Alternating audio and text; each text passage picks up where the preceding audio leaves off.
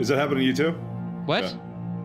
What's going on? You're spooky. Very spookily, you actually started to break up there, and it seemed like there was a ghost causing Wi-Fi disturbance. Well, keep in mind, I'm in a spooky room right now. I know.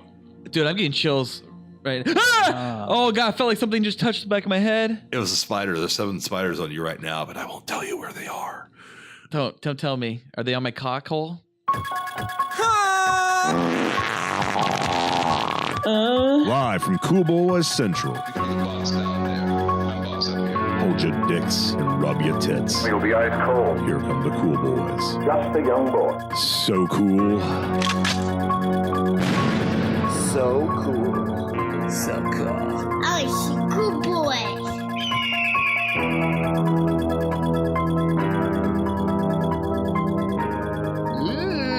I don't like this spooky room you're in. Where are you? It upsets me. Spooky. Oh, where did Ballard go? Yeah, it's too dark, and then there's a red light flash. It's almost like you're at the end of Aliens looking for Newt. Yeah. What does she say? What does Newt always say? He goes, especially, or is it sometimes? They mostly come out at night. Are you serious? Yeah. Mostly. We better get back, because it'll be dark soon, and they mostly come at night. Mostly. We should be going. It'll be dark soon, and they mostly come at night. Mostly. I love when Cartman does it. They mostly come at night. Mostly. Yeah, well, that's a whole episode. It's not explained either. Cool. All right. Well, hey, Felk, what are you drinking right there? It looked like a super cool drink. It's called a Diet Coke, but I do have a spooky drink, because what's spookier than knowing you might lose your house and all your property to a hurricane? It's not really Halloween related, but it's a hurricane. 25 full ounces. What is it, a malt liquor? Yep, high gravity. That means gravity will increase as I drink this. Category 5 is the world's most powerful hurricane. Hurricane high gravity brings you an equally bold experience. 8.1% alcohol by volume, called the big one, and it's 25 fluid ounces. You get an extra fluid ounce at no additional cost. Not the big one. What caused you to buy that? I want to know what point you were walking through the liquor store and you saw the hurricane. You said, "I have to have that." I like malt liquor. I don't look down upon it. I like the malty taste. I like malt. I like malt and chocolate. I like malt. Yeah, but that's still not the answer, right? Because the answer to the question wouldn't be like, I just like malt liquor and I could have picked any malt liquor. The answer to the question would have to be like, why'd you pick Hurricane? I wanted to show respect to the people of Houston and Florida. That's exactly what I thought. Not Puerto Rico, huh? You white devil. Yeah, only white people live in Houston. I've been to Houston, and I know that's true. That is and not I know true. That's true. Factually inaccurate. No, it's definitely not true. I have all the respect in the world for the people of Puerto Rico. See how I pronounce it? Overpronounce their name? Mm-hmm. That's not condescending. Puerto Rico. No. Respect, but trust me, never date a woman from Puerto Rico. Why? I have from the Dominican Republic. That's pretty much the same thing. No. That's international waters, big guy. How'd that turn out? Oh. Compliment. Yeah, exactly. And never date a Puerto Rican man. No, same thing. Same thing. You know? Yeah.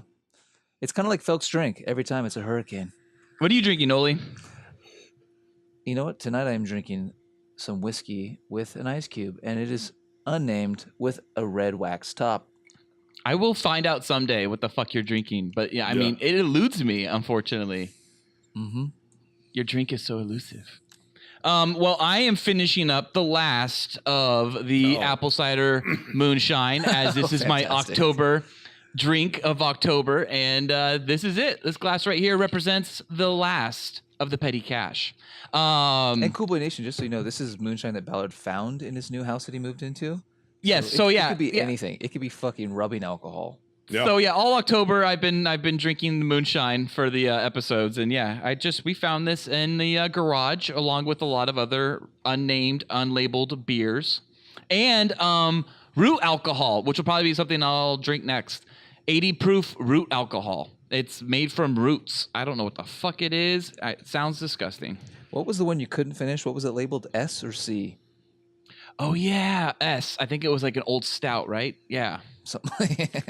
It was so gross. That one's What fucking- else could the S stand for? That's liquid. Yeah. What was it? You guys thought it was Stella Artois or some shit? I joked semen originally, but yes. Oh, Yeah, semen. We thought it was semen. Semen. I mean, you couldn't finish it. You took one sip and you were done with it. Oh yeah. Well, it had like chunks in it, if I recall. It jizzed all over my fucking desk. You're not dispelling the myth that semen might have been in there. Definitely not. And then, of course, my Cool Boy classic backup drink is what I like to call a Paddington, also known as a Hollandaise, and that's just coffee mixed with rum. And what does Hollandaise do to you, Folk? Oh no, I like Hollandaise quite a bit. It was just 4 a.m. IHOP Hollandaise that gave me diarrhea shits.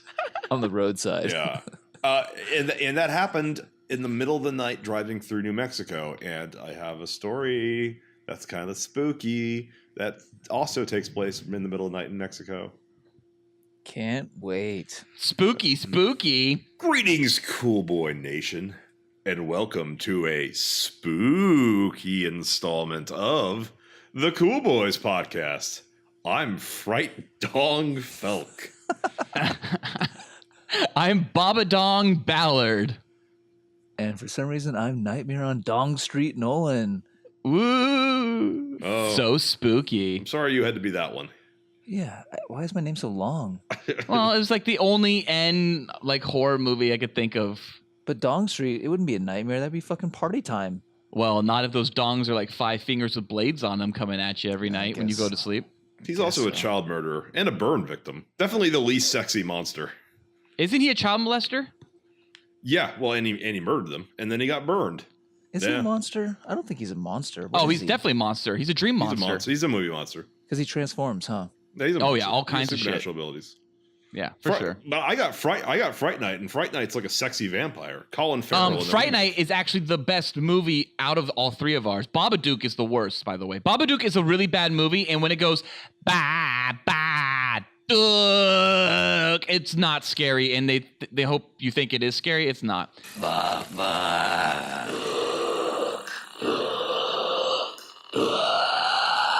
I haven't seen it. I just know the whole thing where they tried to turn the Babadook into a gay icon. That's a meme. Oh, what? That's a meme. Really? Google That's a gay meme? Babadook right now. Oh, no. No, come on, do it. No, All right. thank you. Fine. Google. No, it's not gay porn. Just he's an LGBT icon now. I'm not kidding. Is it the one where he's like wearing like a boa and like flamingo glasses and like rainbow suspenders and says, "Get ready to be Baba Shooked"? Or is it the one where he's just standing in front of a rainbow? But yeah, Know Your Meme has a page on it. Guardian has how the horror movie monster became a gay icon. Well, I'm Babadong. I'm I think we need more gay icons in the horror genre. I mean, what else is there besides Babadong? There's not many. Yeah, we need something. Is Pinhead gay? Pinhead might be gay. He's very feminine looking. Is Damien gay? No, Damien's asexual for sure. He just wants to fucking watch the world burn. The Omen. That's how he gets off. Can't believe you don't like The Omen. We'll have to talk about that later. Oh, we could talk about that. Yeah, sure. That should be your update. That should be your update to me then. Yeah, sure. Why not? All right. This episode, we will be telling our very own true Cool Boys ghost stories and all the fabulous boners they have given us. But first, we have some Cool Boy updates. So, gents, what have you been up to? Oh, let's never get over all these fabulous boners we get. Yeah. I can't stop. So let's get into last week's episode first. Just go and do our little post-mortem on it. Anybody have anything to say about last week? That was a perfect episode. It was perfect. Everyone should check it out. Fast food. It was what was it called? Fast food fuck fest. Yeah. Yeah, something like that. Or Triple X, fast food? maybe. Triple, yeah, maybe. We talked Maybe. about a lot of burger places like In-N-Out, Sonic, Wendy's, Jack in the Box, Shake Shack. But we never mentioned Five Guys, which I think is casual dining according to folk. But Yeah. what is your guys' thoughts on that? It's definitely casual dining because not only do they not have drive-throughs, I don't think they could feasibly have drive-throughs because it's 15 to 20 minutes to get your food there every time. It's good. Tasty burger, overpriced as fuck. It's like $15 for a burger and fries and drink there. You know what I find we didn't talk about either is Fat Burger, which I think is the most overpriced burger I've ever had in my life. It's like $10 to $12 there for a regular hamburger. So yeah, I've never had Five Guys, but I've had Fat Burger, and I love Fat Burger. I like the Good Morning Burger they have there with the egg and shit. Oh, amazing. Fat burgers are okay. It's Yeah, not it's that okay to high me. price. It's like six something for a regular fat burger. Yeah. My one experience with Five Guys was I thought it was disgusting. It's And greasy. I've seen people, yeah, that's exactly. I felt like I was eating a ball of grease and it was just melting in my mouth and dripping and it was everywhere. And I wasn't alone. The group I was with all was like, this is what the Five Guys burger is. This is kind of like gross. And I felt terrible after it for like 6 hours. I see people because there's a Five Guys near my office, and every time the bag is just like translucent with drip off grease, and that's just the drip off grease. I always think of like Dr. Nick's advice to Homer, where like Homer like rubs the fish sandwich on the wall and it turns Yep. clear. It's like, And then the bird flies into it. yeah, that's fucking Five Guys. It is the greasiest food I think I've ever experienced. Yeah, so if you like greasy food, I'm sure you're gonna like it. But for me, I just felt like absolute dog shit after I had it, and I will probably never have it again. I think I mentioned this on an earlier episode at some point. I think I don't like this fad of greasing the bun. And I know there's a lot of places that are like doing that, and that's their thing now is like, oh, we grease it with our grease. Don't fucking make my bun so messy that if I like accidentally touch my shirt or if a piece of bread falls onto my fucking pants, it doesn't immediately stain them with fucking oil and grease. That's extreme. That's just disgusting. Who does this? Five Guys, I think. Oh, A lot of people grease their buns now. It's like a big thing. One of grease the your only buns. ones I actually like is called Super Duper Burger, and it's in San Francisco. They do a pretty good job with it, but I mean, what an it's, original fucking name! it's a terrible name, right? Super duper burger. I think it's Super Duper Burger. Maybe Maybe it's name Super that a Burger. fucking child. I hope so. I hope it was like that's the story. I don't know. I think Fat Burger is a pretty terrible name. I never heard of Fat Burger because I grew up in Texas. We don't have Fat Burger. But when they say it in the early of Fast and Furious, just so we can mention Fast and Furious two episodes in a row. Keep the streak when going. That guy's like Corona. threatening Paul Walker, and he's like, "Yo, man, why don't you go to Fat Burger? You can get a burger and fries for $10." It's like, Fat Burger. That's like there really be a restaurant chain called that, and then I move out here, and it's like, oh fuck, there really is. Why not just call it Obesity Shack or Yeah. Feel Like Shit Burger? Of all the places in LA too, they mentioned Fat Burger when there's plenty of chains that started here. I didn't know In-N-Out was real either because of the Big Lebowski. I was like, Oh, surely there's not a burger chain called In-N-Out. That's sex. Why would they name a burger after a sex act? What's next? Rim Job Chicken? All right. Well, let's move on. So, Noli, you saw Spider-Man: Homecoming, so you probably finally listened also to our spoiler cast. Why don't you go over and tell us what you think about Spider-Man: Homecoming? I won't. I'll just say that I pretty much agreed with you guys, and I should think if our listeners have seen Spider-Man: Homecoming, they should go and listen to our spoiler cast. And how many boys would you give it? I think. Oh, you actually want me to say? Yeah. Oh, okay. I guess I give it 3.5 to 4 boys, depending on my mood. 3.5 to 4. Yeah, Now I gave it, I think, 4 boys as well. you gave it 5. Oh, I gave it 5 boys. Oh yeah, you gave it the Ballard the five try. That means Oh, good. okay to Five. good. Yeah, No, 5 does not mean okay to good. That would be pretty like much does. And 4 means shit. Yeah. 4 is a great movie. I loved Blade Runner 2049. I can't wait to see it again. Oh yeah. I just wanted to rag on it, I guess, more. But if you actually listen to the episode, I mean, I do say a lot of positive stuff about it. Mostly negative. Yeah, mostly next. Yeah, because I wanted to rag on it because there was some good shit to rag on, honestly. Yeah, let's not get into our spoiler cast here. Yeah, let's not get into the spoiler cast here. Spooky story. Wait, so Felk has a question. Yeah, my question would be, and just to preface this a little bit, we were considering doing another top 5 movie list, narrowing down decades for horror movies, favorite horror. And we would movies. probably start in the 70s, and we might do this at some point still anyways, because We there might. is some good content here. You discussed the 80s and wanted to do Halloween. I said 70s, and you said there weren't enough movies from the 70s, and you omitted a lot of huge ones like The Exorcist, which I think is overrated. I don't want to get into too much of it, but you very definitively said The Omen sucks. I fucking love The Omen. I think it's arguably one of the best horror movies of all time. I wouldn't just say top 5 for 70s. It might be in my top 5 of all time. I don't know. For generations, the Thorns have been a family of tremendous wealth, position, and power. The perfect marriage of Ambassador Robert Thorne and his wife Catherine was fulfilled by the birth of their son, Damien. And then, when the child was 5 years old, something terrible happened.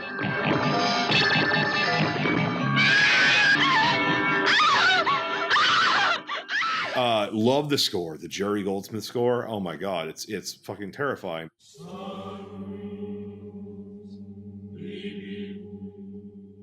I think it's extremely well paced for a 70s movie. Ominous as fuck, creepy as fuck. Some of those images, I mean, I saw it as a kid, and it's, just the Damien, it's all for you. Suicide. Look at me, Damien. It's all for you. It stayed with me for forever. Why don't you like The Omen? Maybe I saw it too late. Did you see the remake first? No, I did not see the remake first. In fact, I saw the remake after I saw the original. I try my best in general to never see the remake first, unless I did not know the film was a remake from scratch. Like say like Departed. I did not see Infernal Affairs first. I saw The Departed first. I had no idea Infernal Affairs even existed.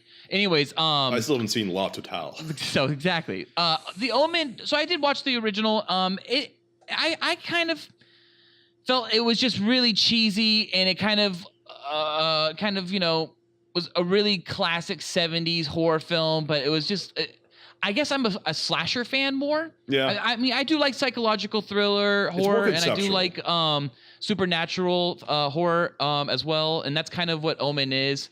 It's like supernatural horror mixed with psychological thriller. I think Gregory Peck is fantastic in it. I really do think he did an incredible job. But a kid was just kind of, just doing dumb kid. This is not a human child. Kids don't really know how to act, honestly. You rarely get a Haley Joel Osment, and I just kind of thought the score. I guess I like the oversweeping like aspects of the score, but the individual like music cues and like the violins for like the intensity moments, if I recall, when it's like the slow motion stuff when you're like looking on Damien before he does some shit. I just kind of found those really, I don't know, awkward. I like Richard Donner a lot, honestly, but I just found it kind of awkward. Is that who directed that? Yeah. His first movie before Superman. Wow. Was it the movie right before Superman? Yeah, it was his first movie, and it was the one thing he'd done before Superman. Oh, wow. Well, now that you say that's his first movie, I actually didn't know that. I probably would be a little more lenient on it then. There's no TV before that. I'll rewatch it, Felk, but the remake shit, for sure. The Omen.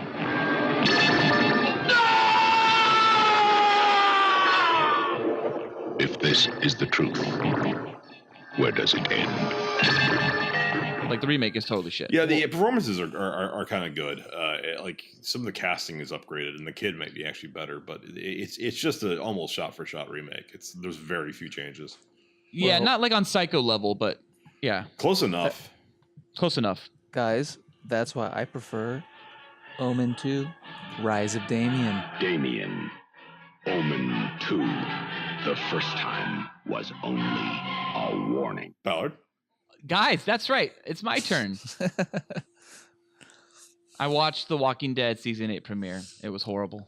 I haven't seen it. I can't believe people still watch that show. I am now caught up to that. That's the only episode I haven't seen because of Netflix.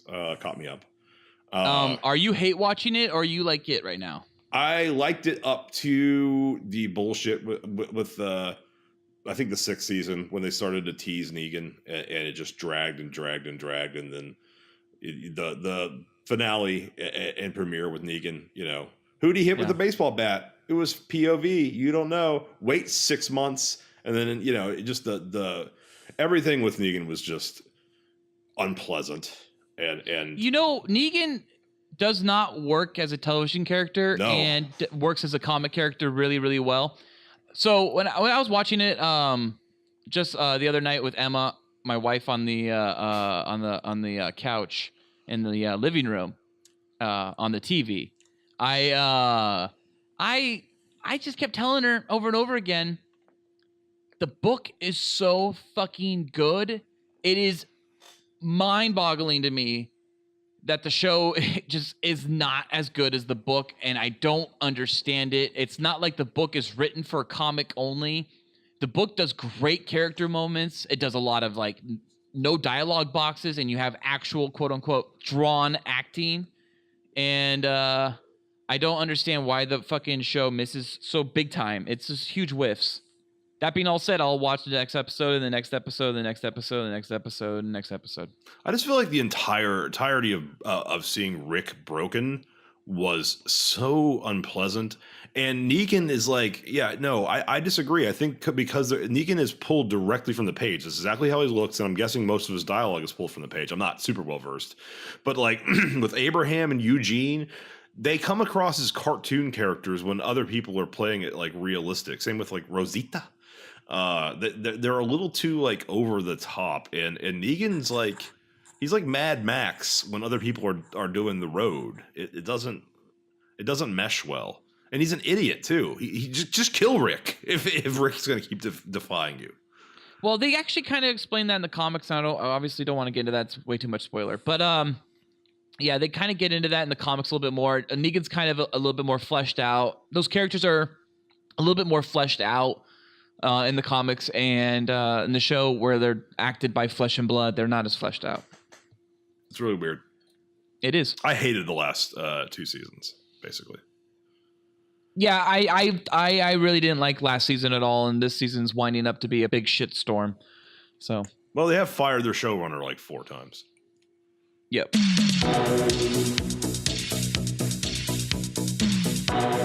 Guys.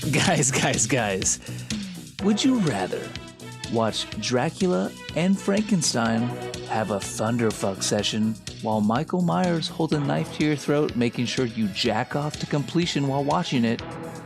Or fuck the Fright Night girl of your dreams, but knowing that Freddy is going to haunt your nightmares for the rest of your life and possibly kill you, but it's guaranteed that Jason will forcibly jam a dildo in your ass once a year for 30 furious seconds until you bleed.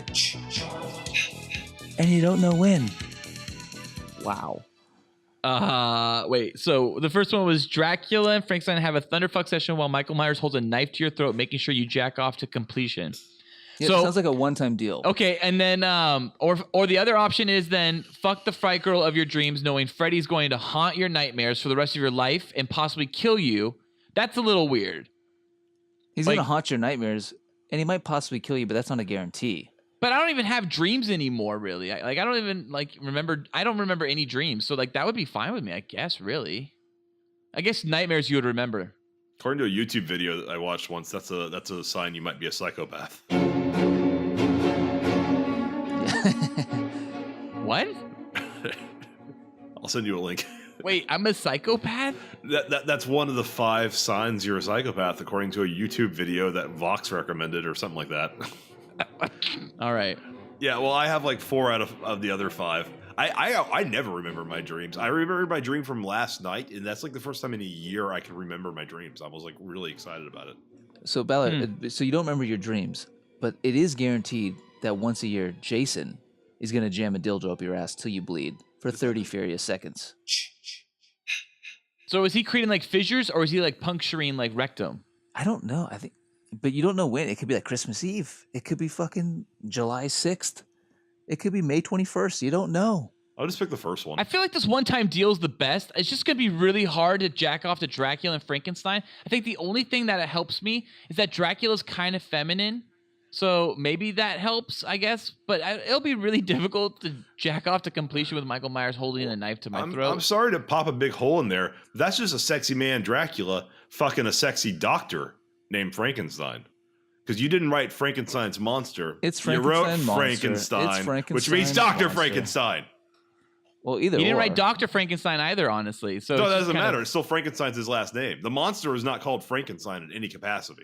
It is. It's called Frankenstein's Monster. The movie The title is called monster's Frankenstein. actual name is Frankenstein's Monster. Exactly. But So Frankenstein is in the name of the monster. If you're Aaron Eckhart, it's I Frankenstein. no, saying Frankenstein clearly refers Okay, to good. the man, not the creature he created, who has his own last name and name, the wretch. Yeah, Dr. Frankenstein's fucking James McAvoy. If you watch the even shittier movie. Wait, the wretch? That's the name of the monster? Yeah, the book. Oh, really? In the book? Yeah, in the book.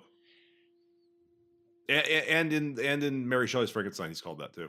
When he's De Niro.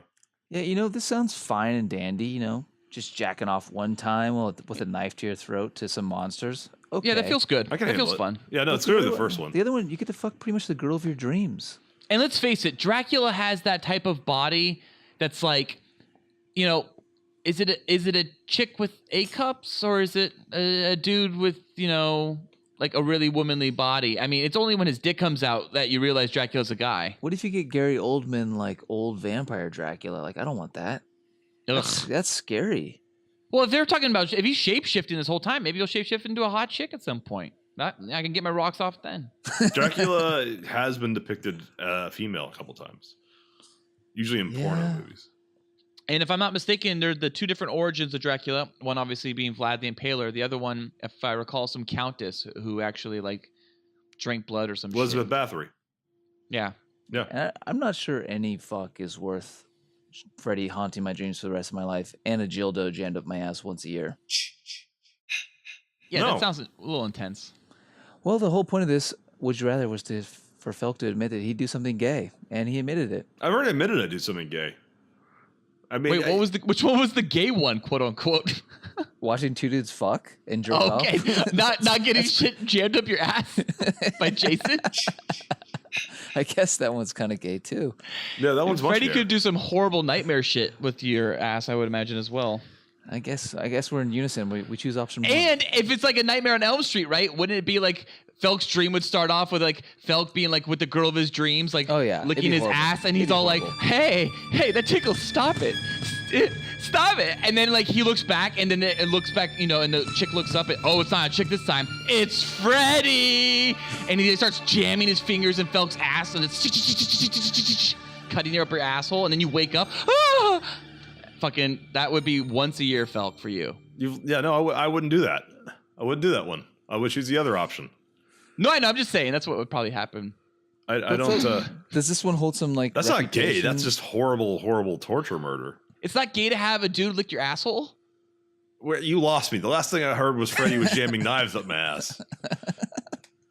No, I said the chick is licking your ass and you like it, and then when you look back the second time, it's Freddy's face instead of her face, and he's licking your asshole. The first part would be okay. The second part makes the first part not as good anymore. And then Freddy would say like a cool pun like "ass to see you," and then start stabbing you in the ass. That is like Nightmare on Elm Street 4 with the Dream Yeah. Warriors level of writing. Wait, wasn't Dream Warriors 3? I am not well versed with those movies. So I guess also the first option would be like what folks said in the past. It's something to bring up it's like party talk. Like, hey, guess what? I also watched Dracula and Frankenstein, fuck each other while Michael Myers held a knife to my throat, and I had to come. And people would be impressed by that. Absolutely. According to Felk. Oh, dude, easy conversation starter at a party. Sort of. I mean, when it's like Harrison Ford and Tom Selleck, it's like people know It was they're Rutger real. Hauer. It was not Tom Selleck. I'm not jacking off Tom Selleck was another one. It was Tom Selleck was another one that Felk would fuck. With Harrison? No, it was with Was it Sam. Gutenberg Cheers. and Danson? Ted Danson, yeah. Docking Danson.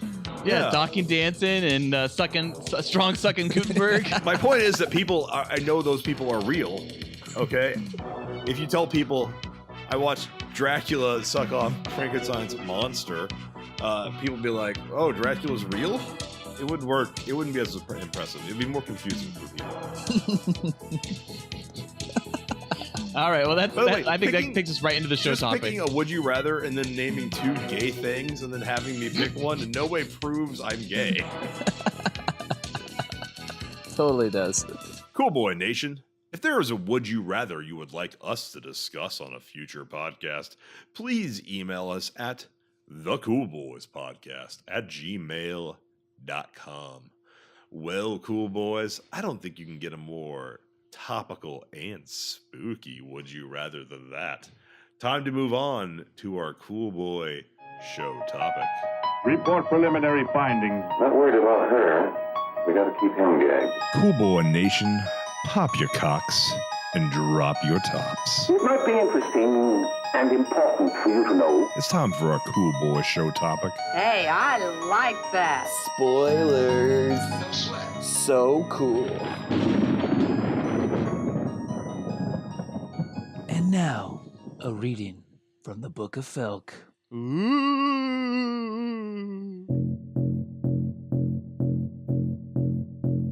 It was a hot, humid Tuesday afternoon in Houston.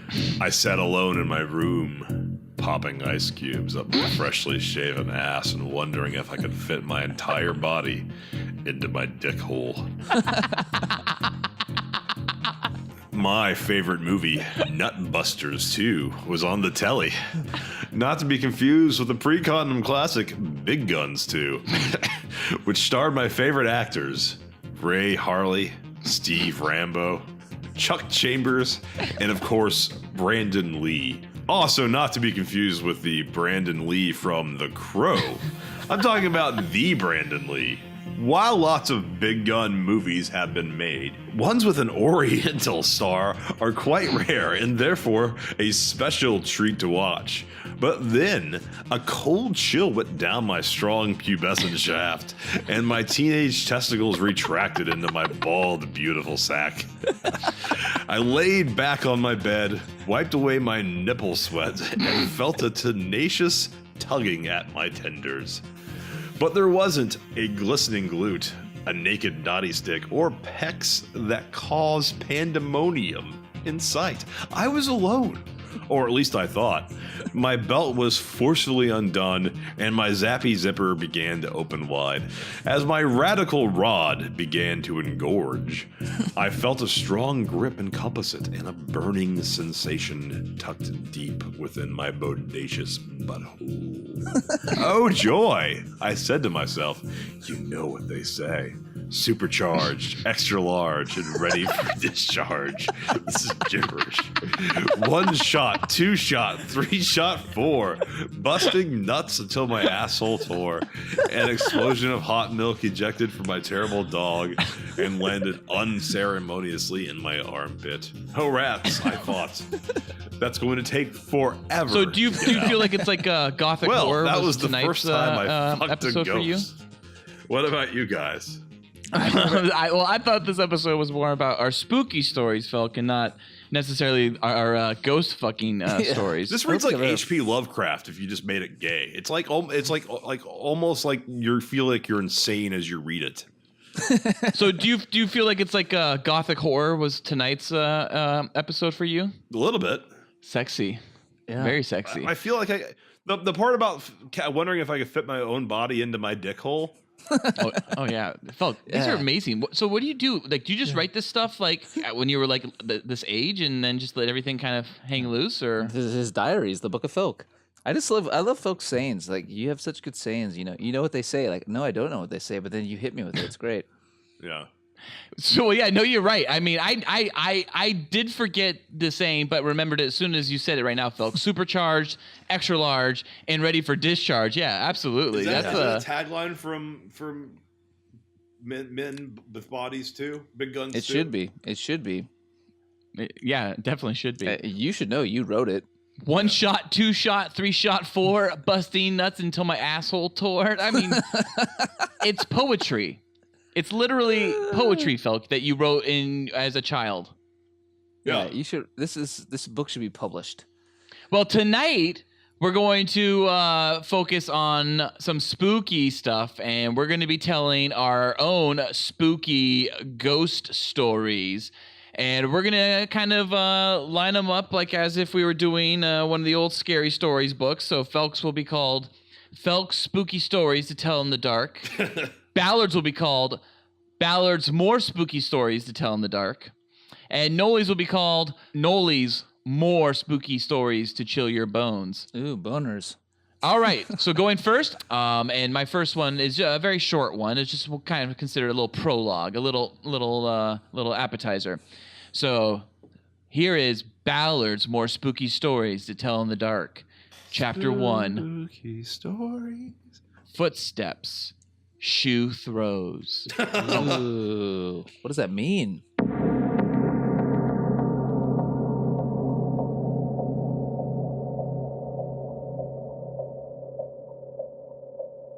So, back in the day when I was a young little boy growing up in the Ballard household, and one of the things we would have after about 1992 roughly, we started having these footsteps at night in the hallway. And normally, I attributed it to just the house settling. It wasn't until later in life, not too much later, that, I started just kind of noticing that it actually was creaking towards my room.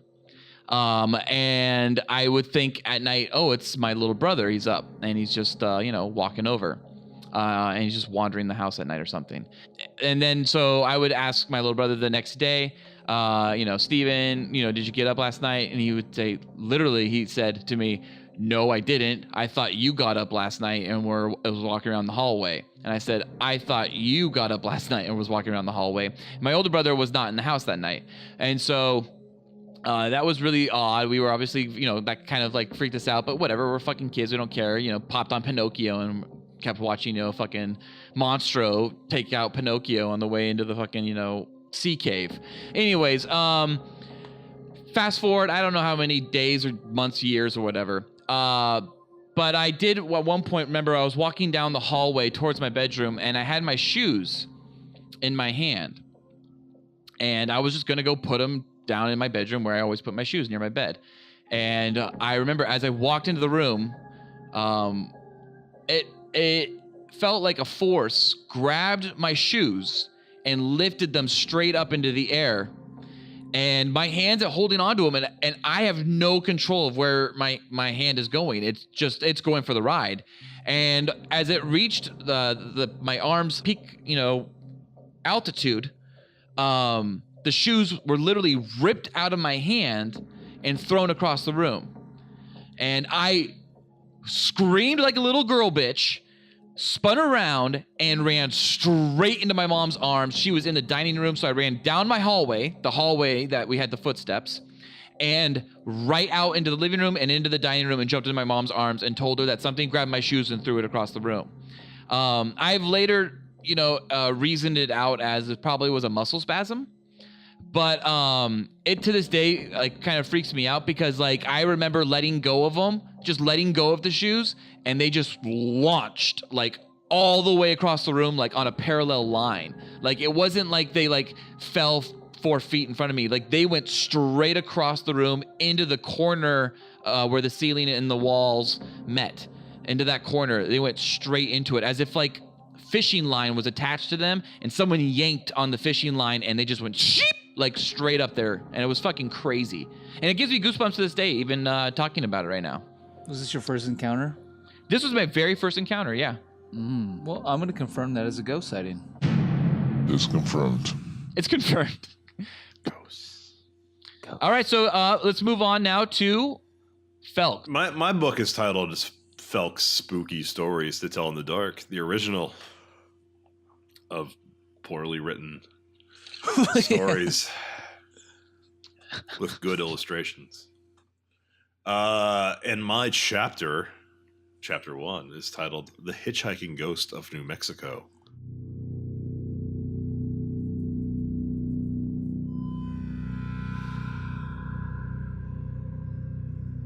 This story takes place in my 23rd year of life.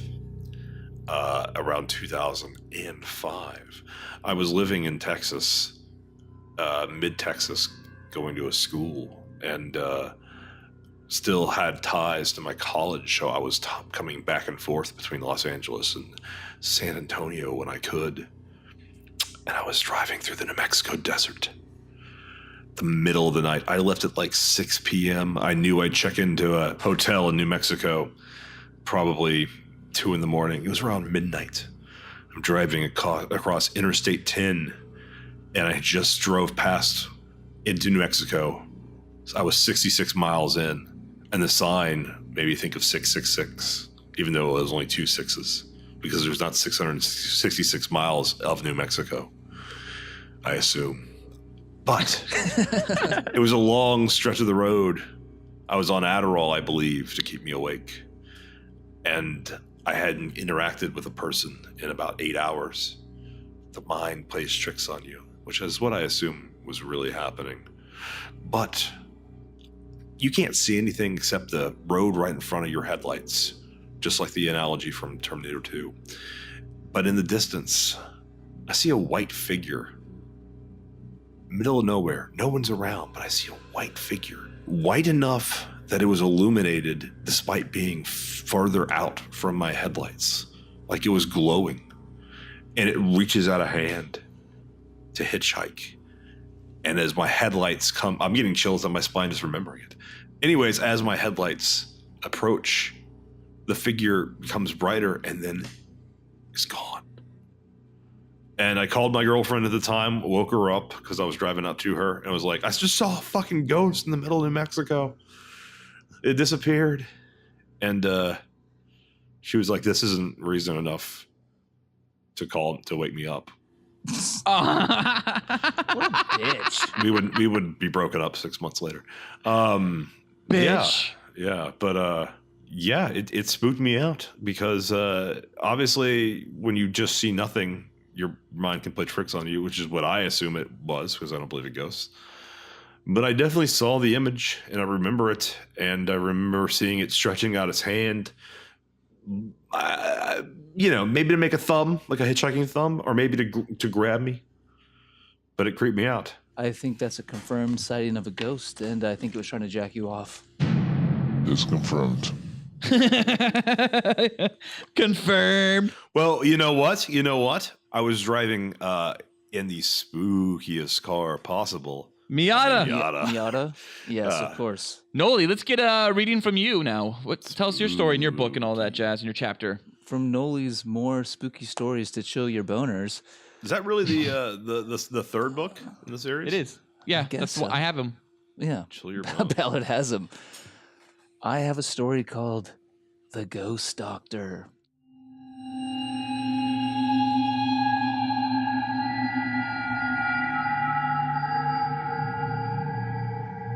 So I think we're all in agreement here. The whole reason we're doing this special spooky episode is because we all know that I used to see ghosts as a child, correct? I did not know that. I did not know that. I thought we did. I thought that's why we were doing it. Oh, I did not know that. I thought we were doing it because it's almost Halloween. Oh. Yeah, I figured it's because when this episode airs, it'll be Halloween. Okay. Well, anyway, Nola, you saw ghosts as a kid? As a fun fact, Cool Boy Nation, I think I'm about 6 years old, and I tell my mom that I can see ghosts, and she's definitely like perturbed about this. And I thought I was seeing ghosts. I thought I was seeing them. So she set me up with this nice psychologist, this doctor. He's a ghost doctor. What's so funny? I'm just curious what happens coming up. And this doctor, he was good for me. We talked about the ghost I saw, and he helped me through a lot of things. But yeah, I saw these ghosts. But the huge twist here was that my doctor was in fact a ghost. What? And he looked like Bruce Willis. What? Bruce Willis has been dead the whole time since he made A Good Day to Die Hard. That's very true. So Cop out. Oh yeah. That was the story of my ghost doctor. Wow, miraculous. So did you see like a boy with like a shotgun wound to the back of his head? Yeah, and a girl like vomiting under a bed. Yeah. But it's confirmed. I saw a ghost. It's confirmed. Oh yeah, confirmed. It's confirmed. So you don't have any real stories to tell. All your stories. Shut up. Yeah. Let's not ruin the magic here. I see dead people. Oh yeah. All right, well, let's move on now to Ballard's More Spooky Stories to Tell in the Dark. Chapter 2, The Midnight Fog. So I'm in college in my dorm room with cool boy Andy. He's my dorm roommate.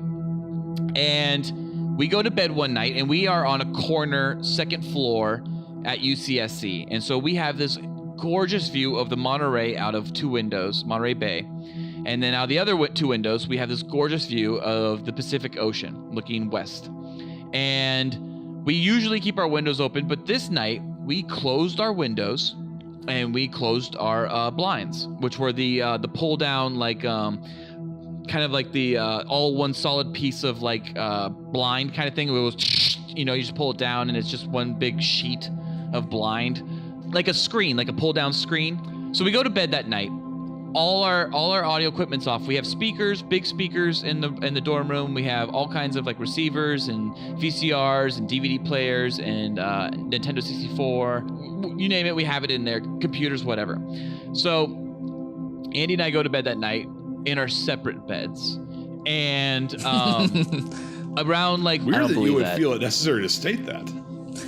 Well, we didn't always go to bed in our separate beds. Mm-hmm. Sometimes we fell asleep on the floor, next to each other, cuddled, spooning, next to a fire that we started. By the way, we did start fires in the dorm all the time. It was called Fireball. It was fucking fun as shit. But I do not condone starting fireballs in your dorms, Cool Boy Nation. Okay, so that going on. So we ended up going to bed that night, and about 1 in the morning or so, all of a sudden, I wake up. And Andy is much more of a deeper sleeper than I am. I wake up to literally our blinds are up. All 4 of them up. And the windows are wide open. All 4 windows wide open. And there's this really thick fog rolling into the room through the 2 windows that are on the Pacific Ocean side, not the Monterey Bay side. And so this really thick fog goes in between me and my computer and my desk, and then through Andy's window, which is also between him and his computer and his desk. And as the fog hits our TV and receivers and speakers, immediately all the electronics in the room turn on. The TV turns on, the receivers turn on, all the speakers start blasting white noise. The Nintendo 64 is on. The computers are flickering on, and the fire alarm goes off in our room. The smoke alarm literally goes off in our room. The smoke alarm is what Andy wakes up to. He hears a smoke alarm. He just jumps out of bed and just knocks it the fuck off the fucking ceiling. Just boom! He takes it down. It is ripped off, right? And then Andy jumps right back into bed and he's back to sleep practically. At that point, I was like, what the fuck just happened? Like, I just saw this fog roll in the room and it caused this massive power surge. So I tell Andy about this. I'm like, dude, Andy, this just fucking happened right now. And he's like, whoa, this is kind of crazy. Anyways, the next day, I remember that morning about when we were doing our student orientation, that they said all the different fire alarms are tied into the fire department on campus to all the individual colleges at UCSC. And so I went to our fire department immediately that next morning, about 10 in the morning. I went to them and I was like, hey, last night I know our fire alarm went off and everything like that. We'll put it back up again today, but I just want to let you know in case you got the alarm going off that everything was fine in our room last night. And the firefighter was just like, we didn't get an alarm last night from your room. What? Whoa. Well, Andy knocked it off in time before the... Or it was a malfunctioning alarm. Or it was like a weird power surge in the room. That's how I rationalize this. We just had a power surge. But the fog was creepy as shit, and we did go to bed with our windows closed and our blinds down, and these motherfuckers were up and wide open. That was the weirdest thing. Did you have suite mates? No, it was literally Andy and I alone in that room all the time. I think a logical explanation is you're in college. Exactly. Yeah. We were in college, yeah. We were in college, and we had a power surge. Yeah. And and by the way, it's not uncommon for UCSC or Santa Cruz to be covered in fog. So confirmed. Yeah. Confirmed. Is confirmed. The only part that's unexplained is the windows opening by themselves. That fog was really thick, dude. Thicker than pea soup. That's awesome. I've never seen anything like that, but that's cool. Dude, it looked like someone was pumping fog into my room. Oh, I've seen that. Well, I'm on the second floor and there was no one pumping fog into my room, but yeah. Well, a ghost then probably. That's what's confirmed. Or it was a UCSC marine layer that was moving its way in. Ghosts. But let's get on to Felk's next story. Okay. Chapter dose of Felk's spooky stories to tell why you fuck. Chapter 2 is the ghost lights from beyond the stars.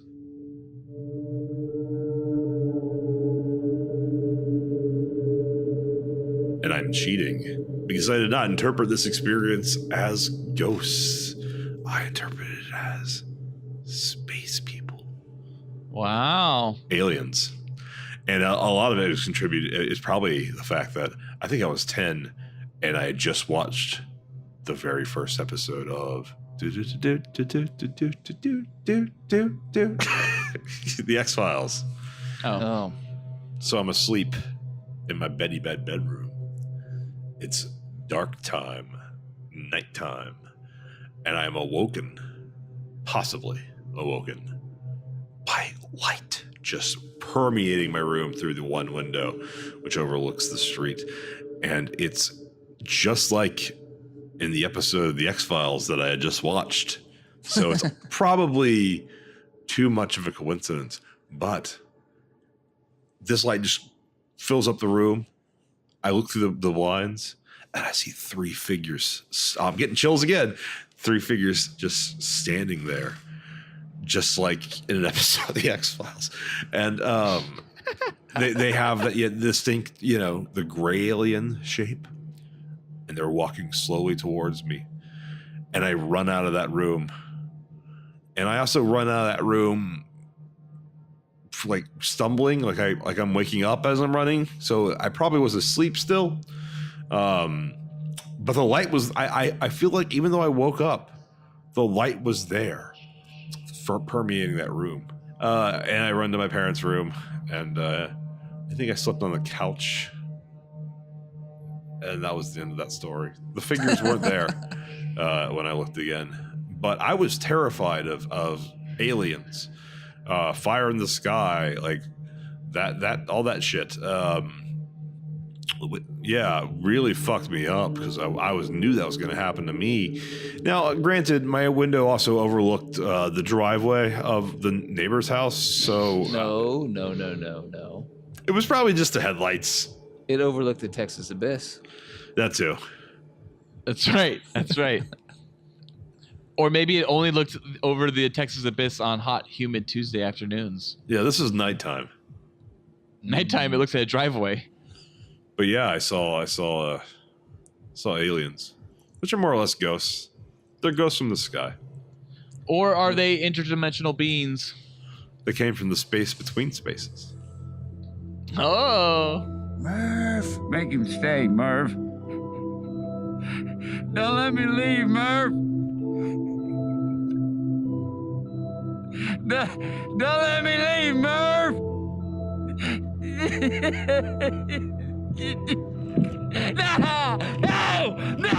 No! Those aren't either. Those are humans. Yeah, though he's referring to Crystal Skull. Yeah.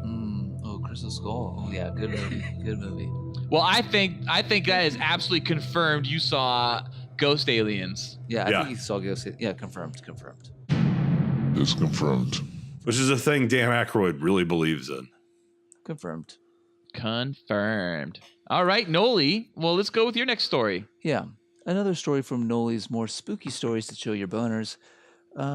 There's a chapter called The Library Ghost.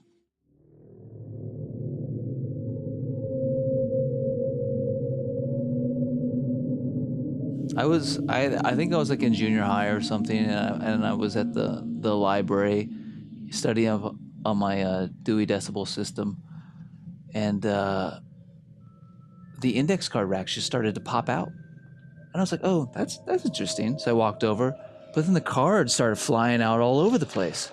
What? I was like, "Holy shit, what's going on?"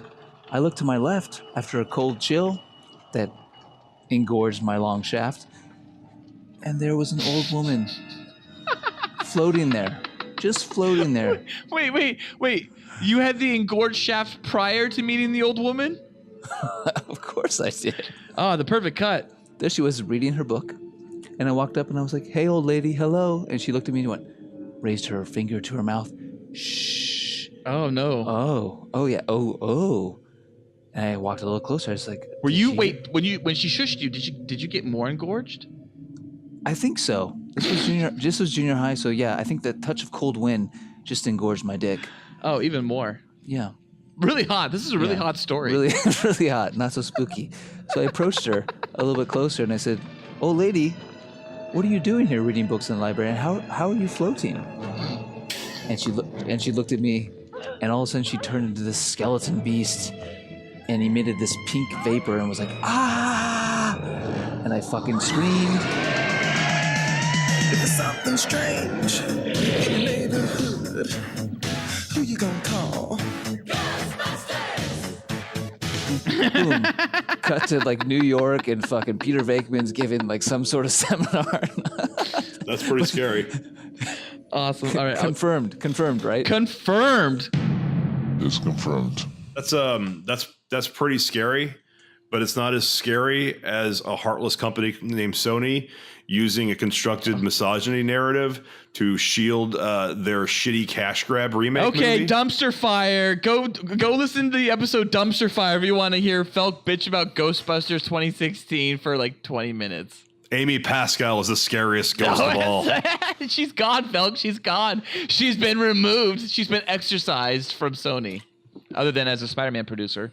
Take my list seriously. Spooky. I'm sorry. No, you're right. You were 6 and you were walking around a library with a 16 boner, and you just by chance. Or junior high. Yeah, junior high. You're both wrong. Junior high. Oh, junior high. Sorry. I was right. You were 14, 12. But I had to learn that fucking Dewey Decimal System. That is scary. She fucking ruined that shit. I love your commitment to the Dewey Decimal System aspect of the story. Well, it's fucking confirmed for sure. Did you have a friend named Peter? Ray? Yeah, which one are you? Egon. What's Egon's last name? Spangler. Spangler. What's Ray's last name? Stance. Ray Stance. That's right. Peter Venkman. What's Ernie Hudson's name? I know this. Shut up. I know this too. We're all racist. Say it. Go and say it then. You win. No, bro, I said we're all racist. We don't know. We're all thinking. Winston. It's Winston. Zeddemore. Winston Zeddemore. He doesn't have a last name. They never mentioned it. Yeah, no, it's Zeddemore. It's Zeddemore. Yeah, that's right. No, it's just Winston. They never say it out loud, but it's on his jumpsuit. Does his suit have his last name on it? Yeah, it's it just does. Winston. No, it's Zeddemore. Zeddemore on it. Yeah. Zeddemore. Well, he was just there because he needed a fucking job. He did. He was there, but they couldn't structurally write out his character, even though they needed to, because Eddie Murphy passed on the role. Oh, that's what happened. Yeah. Eddie Murphy, huge mistake. Huge mistake. Can you imagine Eddie Murphy in that movie? It would change the whole movie, but it would still been a great movie. Also, picking up a transvestite prostitute at 2 a.m. Near Hollywood and Santa Monica, and then saying you were just giving a friendly ride to a stranger. Yeah, in the backseat. Also a bad mistake, Eddie Murphy. Yeah, allegedly. Eddie Murphy confirmed. Confirmed. It's confirmed. Confirmed for gay ghost. All right, well, let's get into the next one. That will be mine. This is Ballard's More Spooky Stories to Tell in the Dark. Chapter 3, Bump in the Night.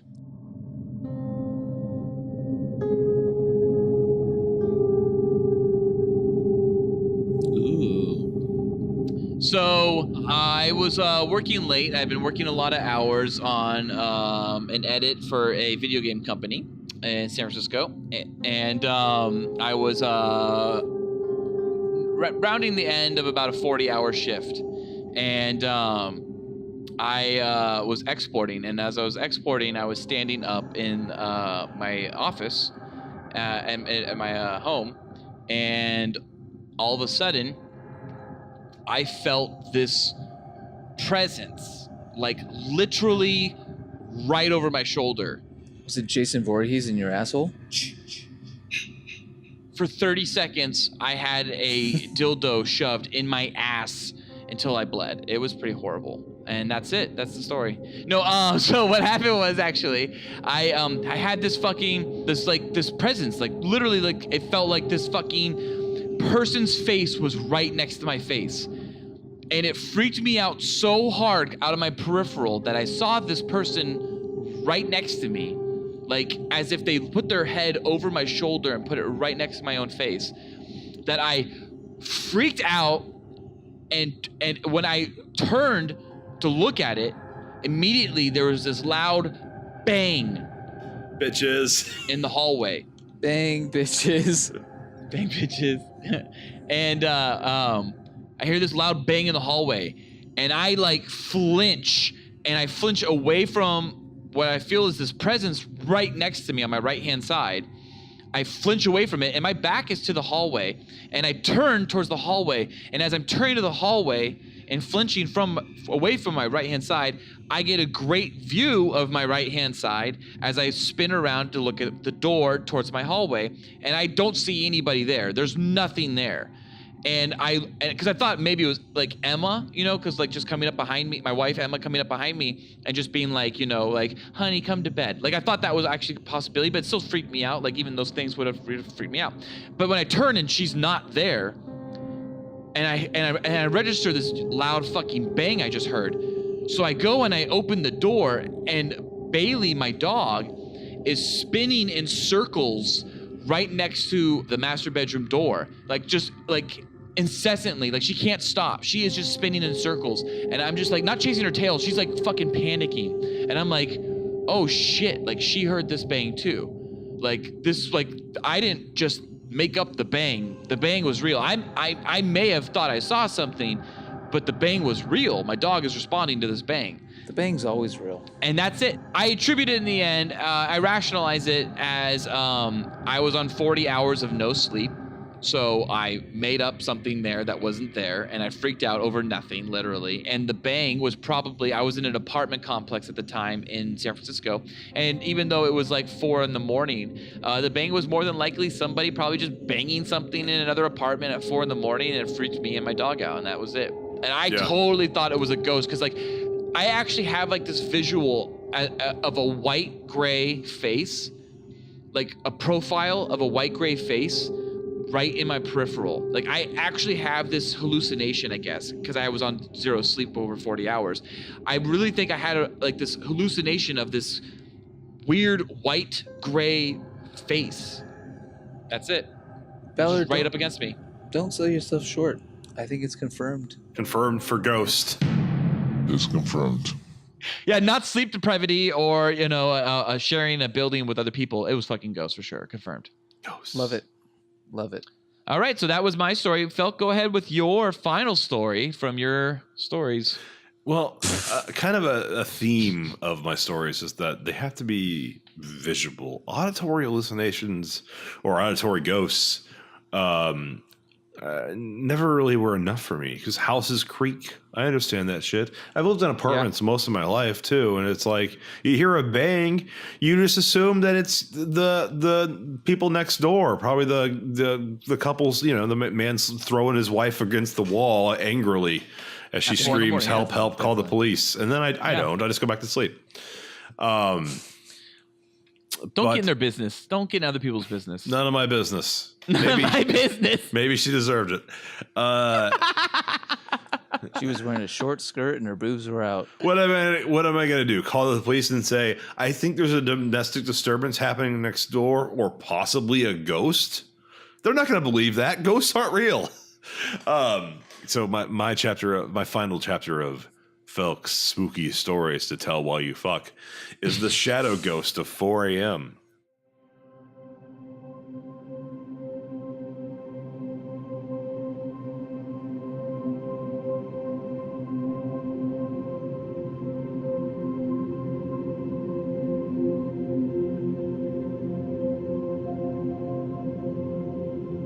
So I was like 10. This happened somewhat before, sometime after. No. I was 14. This is well after the ghost lights. I moved on from. So yeah, I wake. I am asleep or I can't sleep.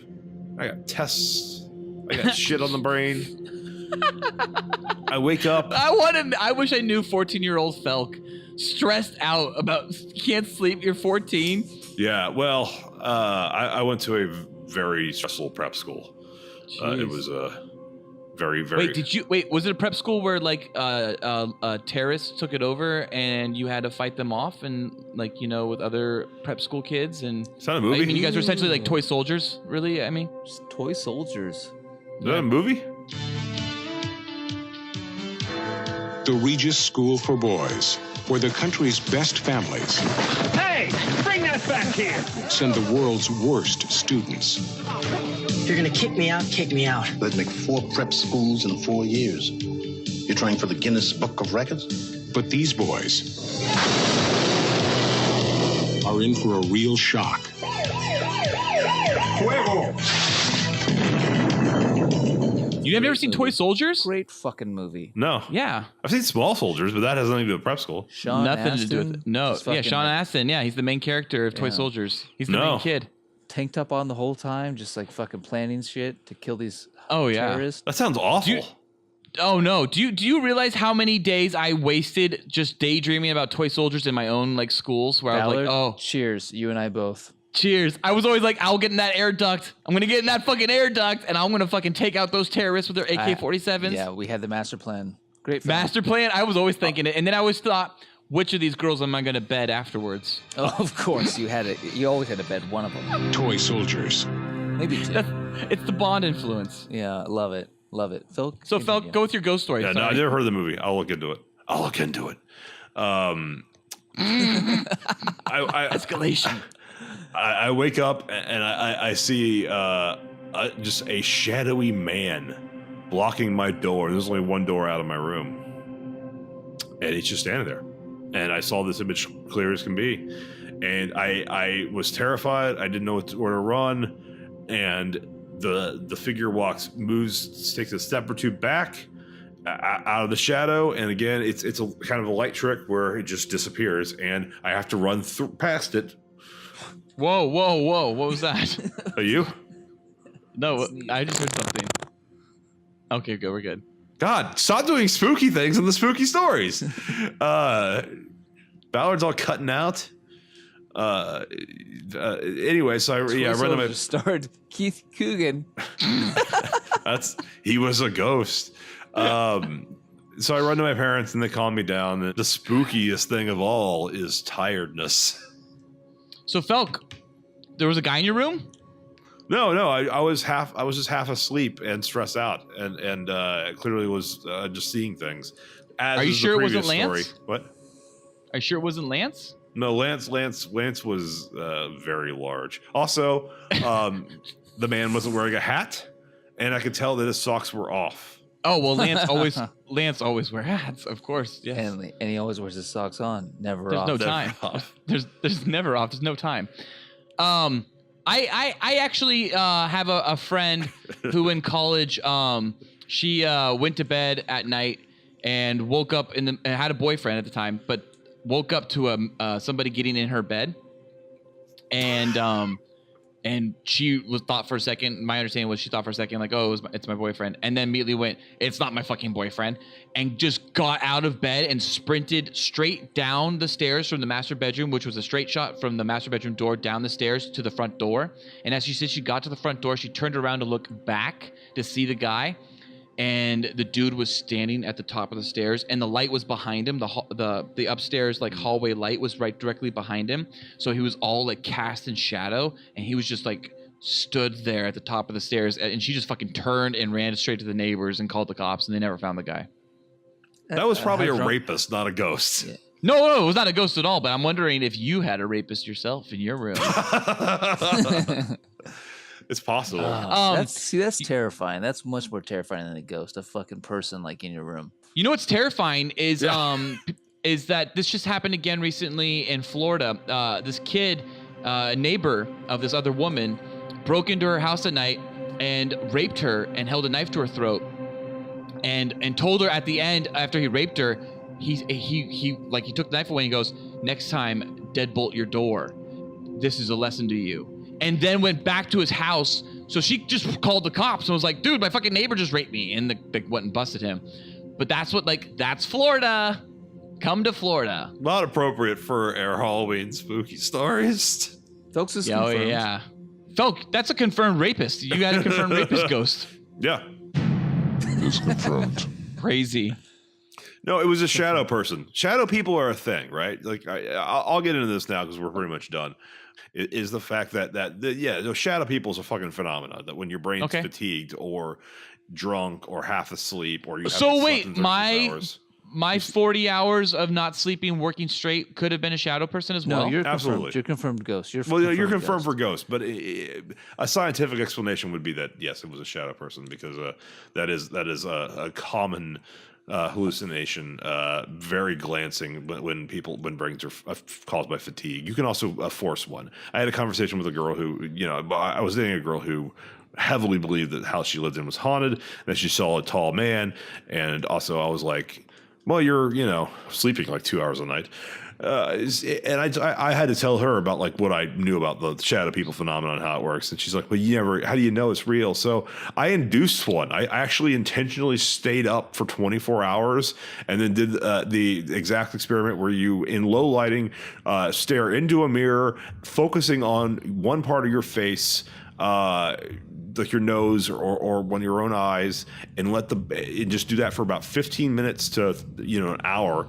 And I swear to God, I there was a person standing behind me. My face also looked deformed, and I saw a person behind me. That's all it takes. Just be tired and look. I mean, I didn't stay up intentionally to do that, but when I had stayed up for other reasons and work and stuff, that I knew like, I'm just going to do this right now. And it freaked me out so much that I am never going to do something like that again. I'll never do sensory deprivation either. But you can force that into you can force yourself to see that shit. Cool. Well, crazy. All right, let's get into Noli's last story. Noli, go ahead, read your book and your chapter. Yes. Speaking of ghost rapists. Oh, yeah. I have one more story from Noli's more spooky stories to chill your boners. And it's from the chapter 3, A Ghost Like Swayze.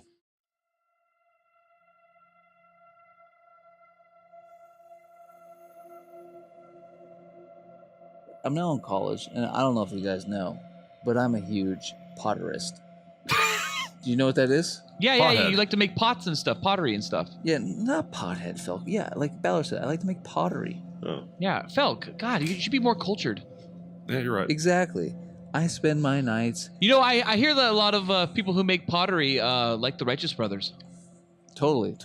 Unchained Melody, is that a song? That's one of their great songs, absolutely. Yeah, great for sure. song. I mean, they have countless great songs, but that's totally. So in college, I spent many nights with a foot on the pedal, my hands around a phallic piece of clay, just shaping it, molding it. What are you doing? I couldn't sleep. Boy, you must have passed out. What time is it?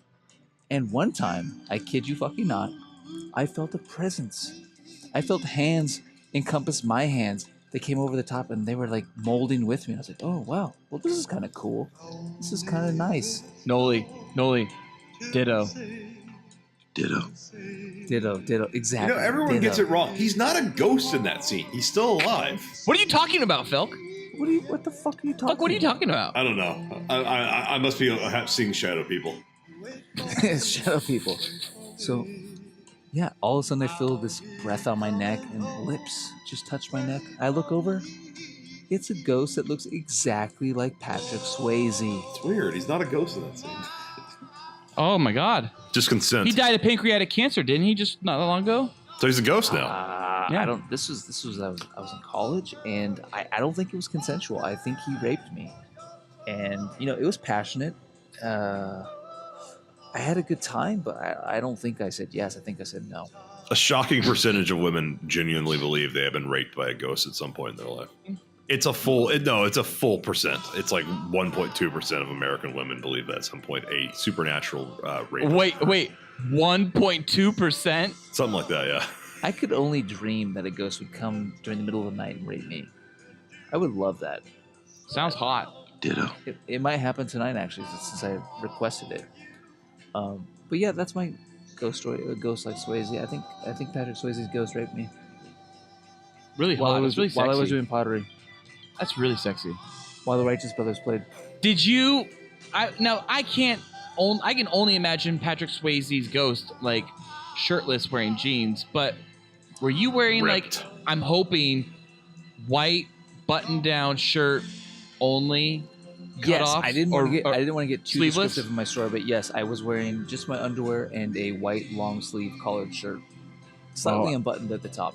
Did the ghost of Swayze pull your white panties down at any point, expose your butt cheeks, and grab them tightly? I think so. Very fond of this. I kind of blacked out, so I don't really remember. Yeah, but it's confirmed. I saw a ghost. It's confirmed. Oh yeah, confirmed. Ditto. It's confirmed. This conversation's too hot. I gotta take my pants off. Oh! Felk's taking his pants off. Oh no! Here we go. Felk, what are you doing? I'm taking off my pants. This conversation, I can't handle it. Okay, good. This is a pants-free conversation.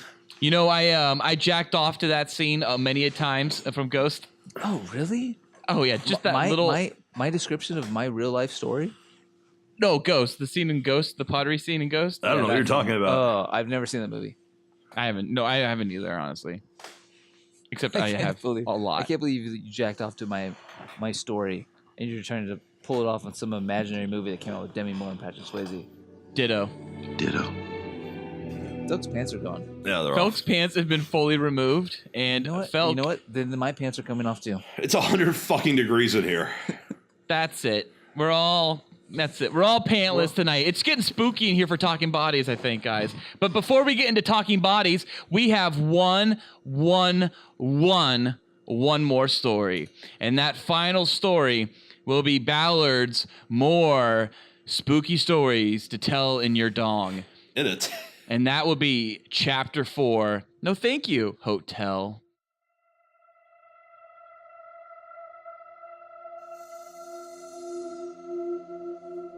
This is not much of a story, as much of an experience. For 1 week while I worked for an MMA promoter, I got to stay in downtown Los Angeles at a hotel called the Biltmore. The Biltmore Hotel had a lot of great famous movies have been filmed there. The Dark Knight Rises was filmed there as Bruce's home. Ghostbusters was filmed there for their haunted ballroom. Anyways, the Biltmore Hotel is very well known to be haunted. The Black Dahlia, her ghost, actually shows up in their lobby ar on a regular basis, because originally the Biltmore Hotel is the last place she was seen alive. After that, she was just found dead. And I won't describe her grisly murder, but if you want to go check it out, there are photos online for you to go see what the Black Dahlia, what she looked like, all cut up. There are ghosts apparently all up and down. In fact, the entire second floor is locked down. No one is allowed access to the second floor because it's apparently the most haunted floor. The elevator actually won't allow you to drop off at the second floor without a special key. If you try to go down by stairwell, it is actually like a locked door. Like it's a door that's like shut, like it will never be opened type of door. It's fucking weird. Anyways, so we got a week there. Before any of us realized, these crew of editors, all these fighters, all this camera crew, and all these public relations type people and fighter relations people, and everybody that's involved with this MMA organization, they all encounter something like within the first night. We all get there about Tuesday, and like two fighters had immediate encounters by Wednesday morning. One fighter said he felt like a feather was brushing his chest. He kept waking up and looking at it and then see nothing there, and then close his eyes and then feel a brush against his chest. Look up, see nothing there, and then all of a sudden, eventually, the third brush was a push down and he couldn't get up. And then all of a sudden, once he finally got released, the pressure released off of him, he grabbed his fucking shoes and he just bolted down and went straight to brunch at the restaurant at the hotel. This is probably more like 7 in the morning or 6 in the morning. Another fighter said that he was actually woke up in the middle of the night and felt someone pushing down on him, and he couldn't get out of his bed. And once he could get out of his bed, he went downstairs and asked for a room change. We also had a editor go up to the E&G, which was on I think the 12th floor.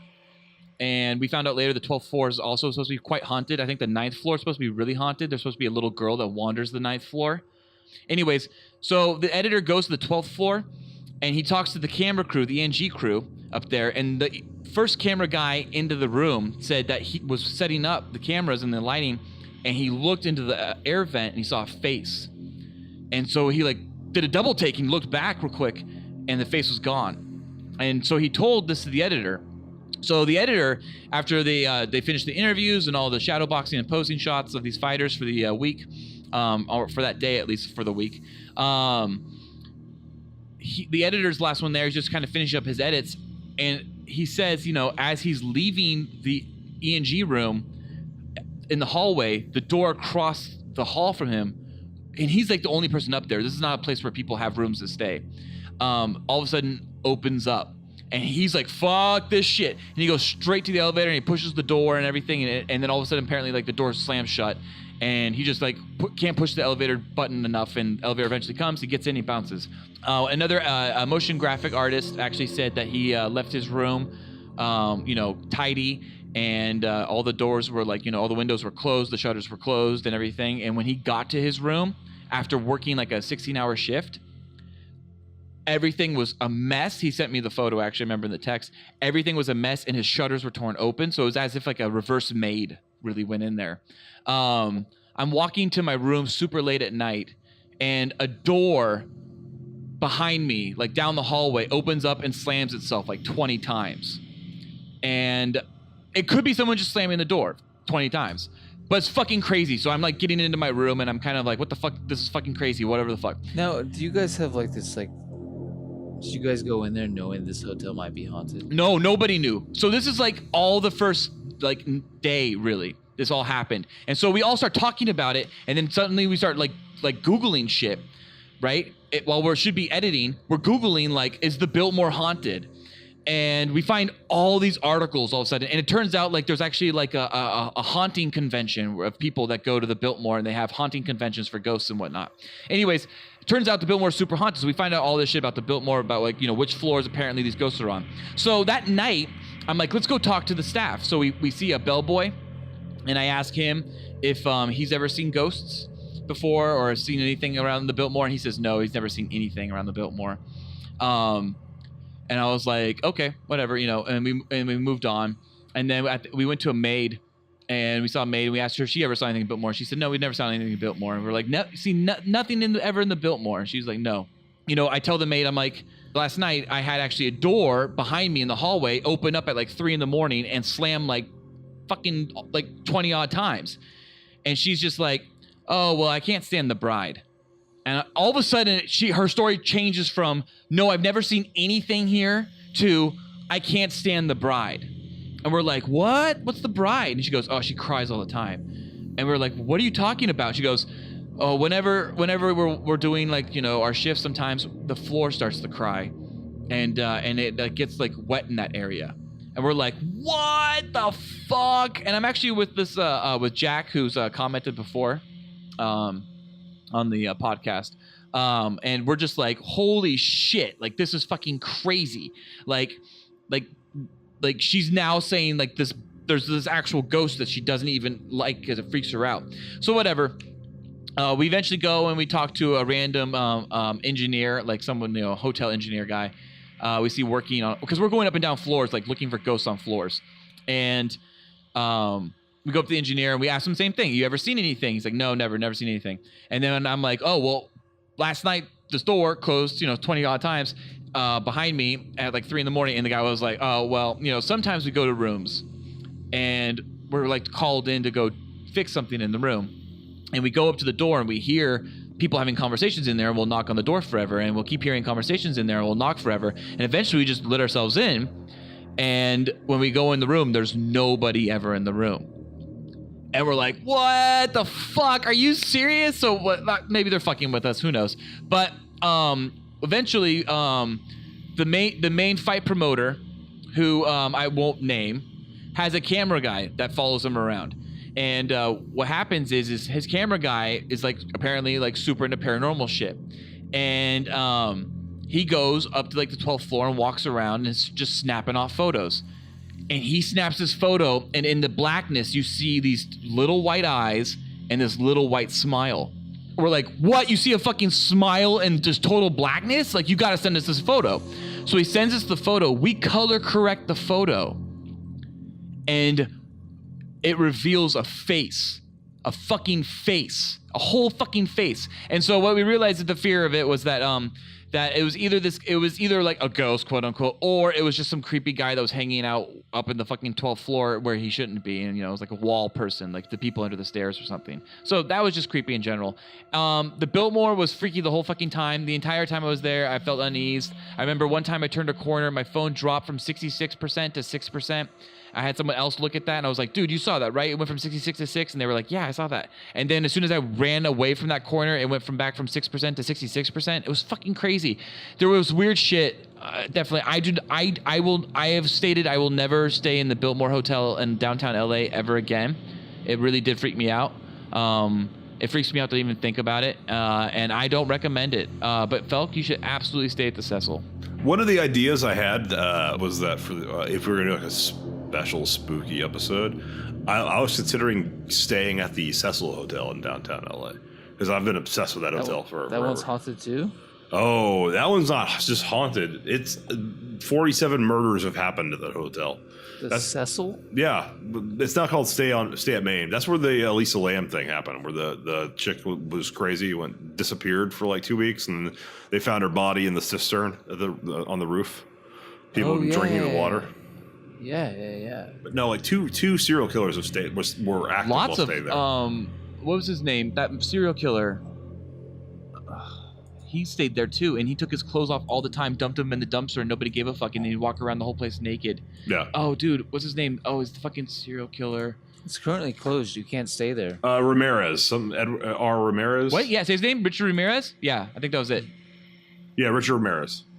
Yeah, Richard Ramirez. He stayed there at the Cecil, and he would literally get naked before he would go in there. He would just toss all his bloody clothes like right into the dumpster. Yeah. I think people were just doing a lot of drugs there, and that's why that girl ended up on the roof. No, she was like bipolar and had a bunch of other issues. She definitely wasn't a ghost. Folk, I would love you to stay there and record it for us. Yeah. Confirmed. It's confirmed. Well, cool boys, those were some spooky stories. I'm surely not going to be able to sleep tonight. I am so terrified. Petrified, honestly, with engorging fear thrusting its way through my supple teenage body. In times like these, I need to have my best guy Lance cheering me up by holding me with his firm, veiny arm. Ooh, it's veiny. It's so warm and throbby that I always overindulge in our sweet CBAs together. Cool boy antics. His strong, rough hands always tell me that he is here to stay, but at the same time they warn, back away, scary monsters. This pubescent fuckboy is all mine tonight. Oh, I'm sorry. I think I was beginning to leak out of my dick hole again from daydreaming about playtime later with my dear delicious Lance. In the meantime, while I wait for Lance to arrive with his brand new Moby, the world's largest dildo, it's 3 feet tall, for us to play Dick or Treat with. Let's get into talking bodies. I love that Dick Hole made 2 appearances tonight. So I wrote that in Nolan's voice. Felk, did you feel like Nolan wrote that? No, I knew it was you. How'd you know it was me? Because you don't know the character of Lance. You think of him as an accessory, but Nolan knows the backstory.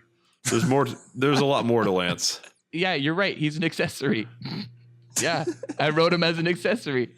There's more to Lance than just dildos. All systems ready. 3, 2, 1. I saw him out walking with his girl. Oh. Talking bodies. Talking bodies.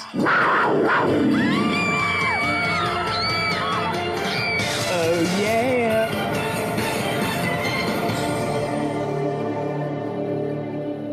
As always, Talking Bodies has us discussing the spooky world of mega hotties and super babes. And Cool Boy Nation, tune into your body experience, strap on that hard drive, and whip out that keyboard, and let's go Googling for some super spooky bodies. But more importantly, some super spooky dongs. Spooky. So spooky. Well, guys, we're going to forego any mega hotties with a body or any well or not well-known super babes. But instead, tonight, we're going to jump straight into our top 3 bots from a specific show, movie, franchise, or era. And this week's segment is called Final Girls. And so to keep it tight, because we have so many Final Girls to pick from, we're going to pick for the best. Jamie Lee Curtis, that would be Halloween. Jessica Biel would be the Texas Chainsaw Massacre, the new version, the remake. Neve Campbell would be Scream. Jennifer Love Hewitt would be I Know What You Did Last Summer. Ali Larter is Final Destination. Sigourney Weaver is Alien. And Rhoda Mitchell would be You Pick It, You Name It. What is that? Who is Rhoda Mitchell? She was in Silent Hill or Silent House. She was in okay. She's the fucking stepmom. Yeah, she was in like some Kevin Bacon one that just came out, Pitch The Darkness Black or something. Typical generic woman that I don't know how. Is she black? Is that what you asked? Pitch Black. Pitch Black. Oh, Pitch Black. Yeah, Pitch Black. Yes, yeah. You could also throw Diora Baird onto this list for Texas Chainsaw Massacre. No, she dies. She's not a final girl.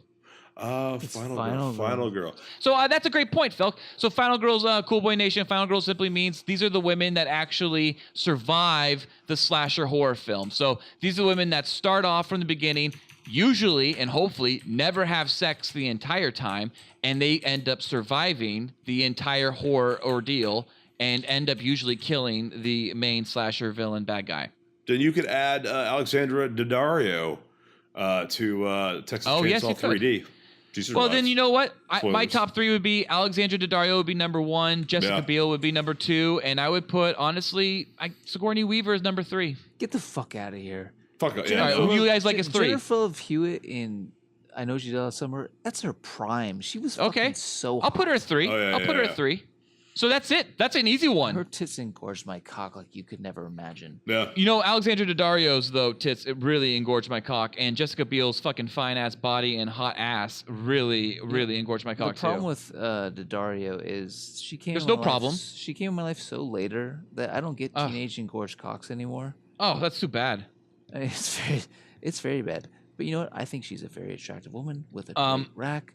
And if you want to put her at number 1, I have no problem with that on this list. Yeah, she's clearly number 1, and then Jessica Biel's number 2. Jennifer Love Hewitt would probably be number 1 on my list on the in her prime on this list. Out all these girls in their prime, Jennifer Love Hewitt is number 1 for you? Alexandra Daddario is number 1 for me. Yeah, me too. Yeah. And then Jessica Biel's my number 2. What about you, Phil? Who's your number 2? Jennifer Love Hewitt was acting so hard. She was acting. She wanted to make you believe that she was so scared. I'd probably pick Ali Larter over Jessica Biel, but I like Ali Larter a lot. Jessica Biel's very good. Definitely not Sigourney Weaver. Jesus. I don't know. Larter feels broken to me. Broken? She's white trash. She's like something broke. She's white trash. Yeah, kind of trashy. But I like Ali. I'll put her number 3, but I think Jessica Biel is probably let's put Jessica Biel. Let's put Jessica Biel's the list in some order of fashion includes Jessica Biel, Jennifer Love Hewitt, and Alexandra Daddario. But I didn't see that movie. Was she the final girl? Yeah. Yeah, she was. Okay, then she's in it. She's in it. It's horrible. Okay, so let's go into... Love that dong. Love that spooky dong. Love that slashies dong.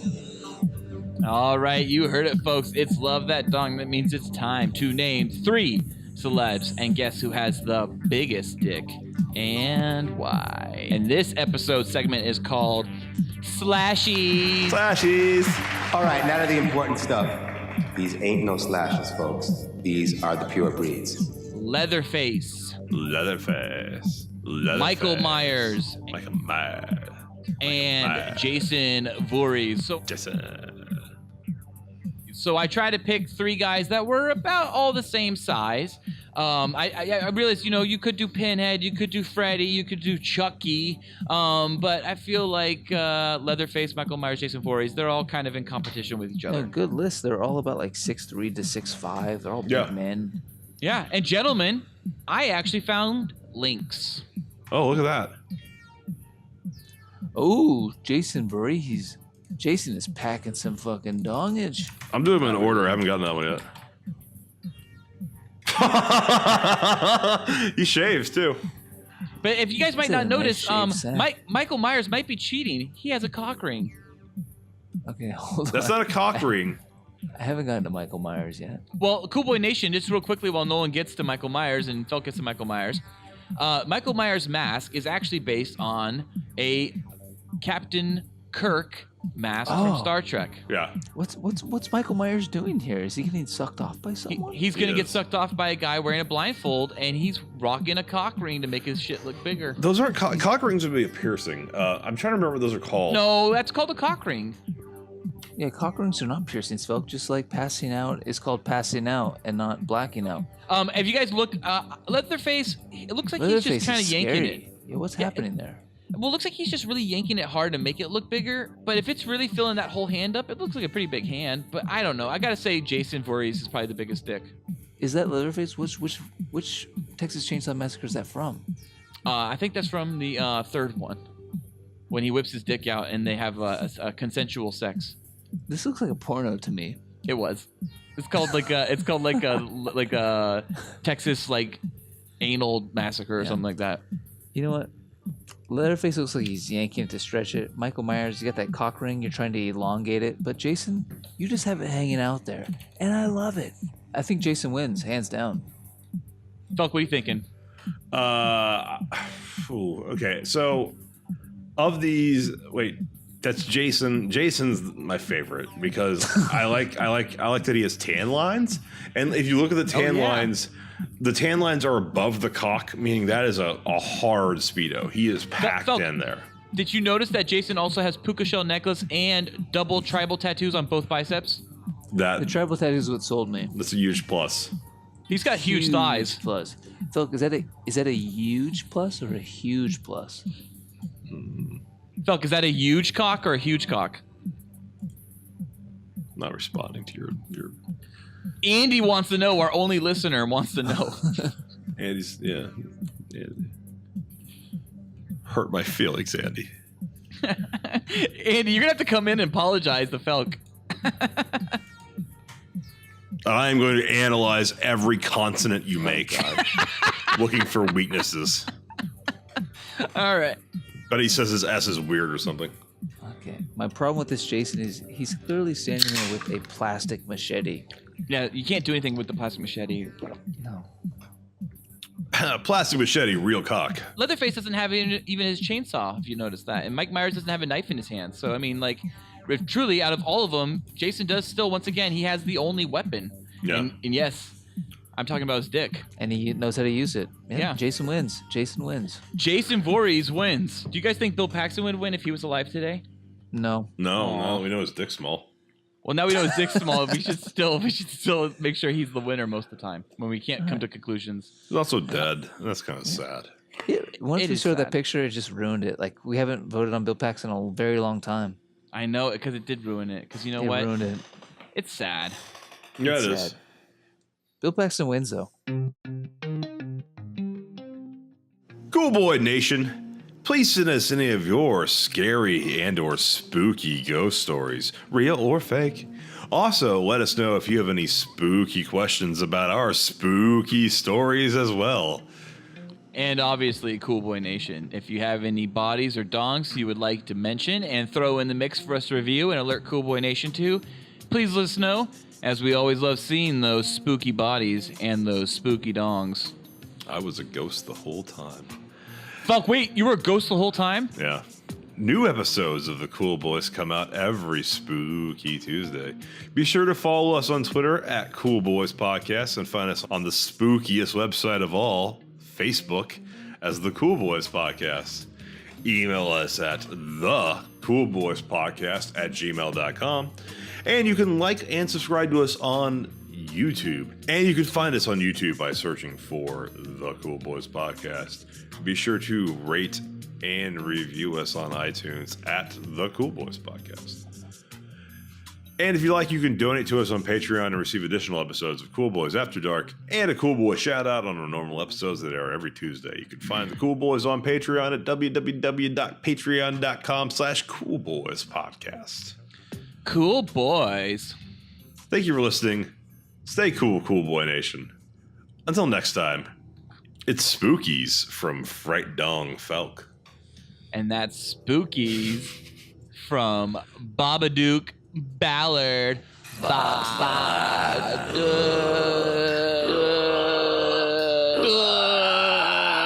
Gay icon. Oh, that's not annoying at all. Or gay. That's the actual noise it makes. Okay. It really is. It's so fucking annoying in the movie too. And that's Spookies from Nightmare on Dong Street, Nolan. Spooky. You are upstanding American boy. You have excelled in all things. I pump while I dump. Oh, yeah. So cool. Oh, yeah. So cool. Oh, yeah. So cool. Oh, yeah.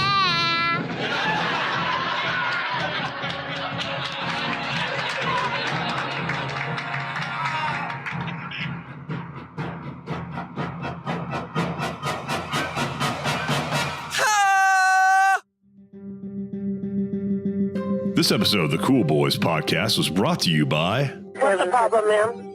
Oh, there's some guy been checking the place out. Oh.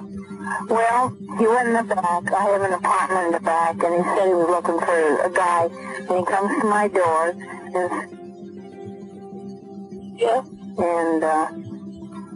said he's looking for an apartment. So I live alone, and I'm an old lady. Mm-hmm. Where is he now, ma'am? I don't have no idea.